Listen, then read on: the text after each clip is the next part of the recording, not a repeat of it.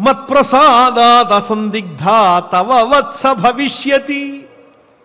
ప్రవృత్తి నివృత్తి అంటే కామ్యకర్మ నిష్కామకర్మ ఈ రెండు ఏమిటి అంటే జ్ఞానంతో చేసేటువంటి కర్మలు కోరికలతో చేసేటువంటి కర్మలు ఈ రెండిటి మధ్య ఉండేటువంటి భేదమేమిటో నీవు తెలుసుకోగలుగుతావు.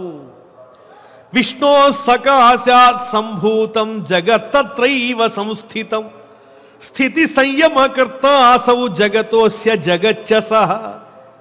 ఈ రకంగా తాతగారైనటువంటి వశిష్ఠుల వారు రాక్షసులందరికీ మూలపురుషుడైన పులస్త్య బ్రహ్మ వీరిద్దరూ ఇచ్చినటువంటి వరప్రసాదం వల్ల అనుగ్రహం వల్ల పురాణాల పట్ల నాకు చక్కటి అవగాహన ఉన్నది అని మైత్రేయ మహర్షికి పరాశరుల వారు చెబుతున్నారు.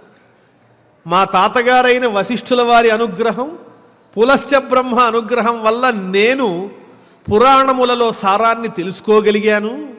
ఆ సారాన్ని నీకు చెబుతాను ఓ మైత్రేయ మహర్షి అని ఆ మైత్రేయునకు సత్యాన్ని చెబుతున్నారు. ఏమిటి? ఈ లోకాన్నంతా కూడా నడిపించేటువంటి వాడు శ్రీ మహావిష్ణువు.